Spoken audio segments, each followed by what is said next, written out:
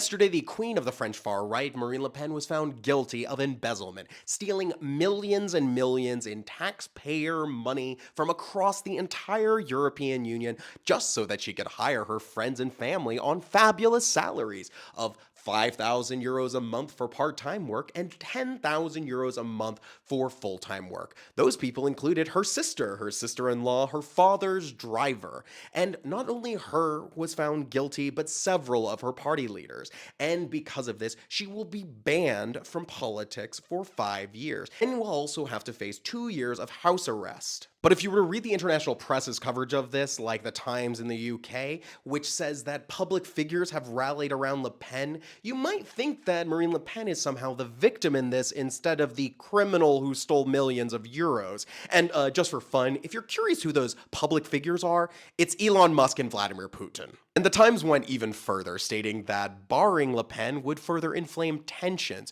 presenting the idea that because Le Pen is a popular politician, somehow the rules just don't apply to her anymore. And if you just think it's the conservative papers, you'd be very wrong, because Jacobin, which is supposed to be a left-wing magazine out of the US, has even come out with the exact same arguments against banning Le Pen, which is required by law, for the illegal embezzlement that she did. And you even have The Guardian out there going to bat for Le Pen, framing their article in exactly the way Le Pen wants it to be. That it is not about her stealing several million euros, it is just a political attack. That it's a denial of democracy. But I'm sorry, democracy isn't when popular leaders just get away with crimes. And considering all of the leaders lining up to support her, like Wilders or Salvini in Italy, this should not shock anyone, as they are all people who have made the same arguments against their own judiciaries when it has ruled against them or their parties. Because it is not okay when they rule against them, but it's okay when they rule against their opponents.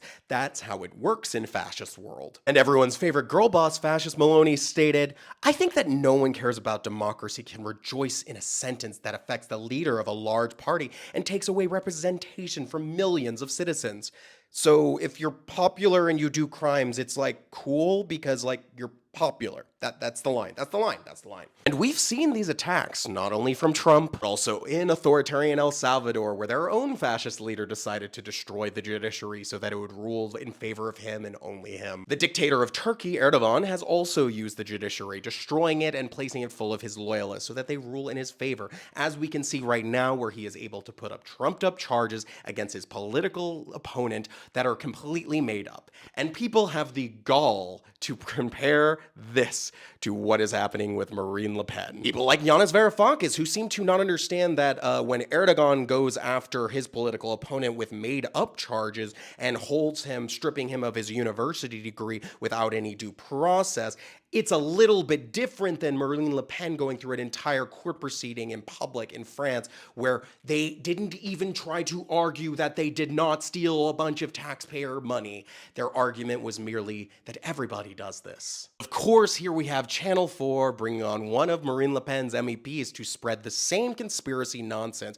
about how Marine Le Pen is the victim, instead of her being the criminal that stole several million euros. This event once again shows how unequipped our media is to actually report on fascists. Marine Le Pen and her allies around the world have very quickly been able to twist completely a quite clear story of a politician stealing money from taxpayers, for stealing money from people across the entire European Union. But somehow, we've made Marine Le Pen the victim in the pages of Jacobin, in the pages of The Guardian, in the pages of The Times, instead of the people who are the victim, the people who are abused by a politician trying to enrich their friends and family. Now, if you can do me a favor, do some engagement so more people can see, or else no one will, and I won't get paid, and then I can't pay bills.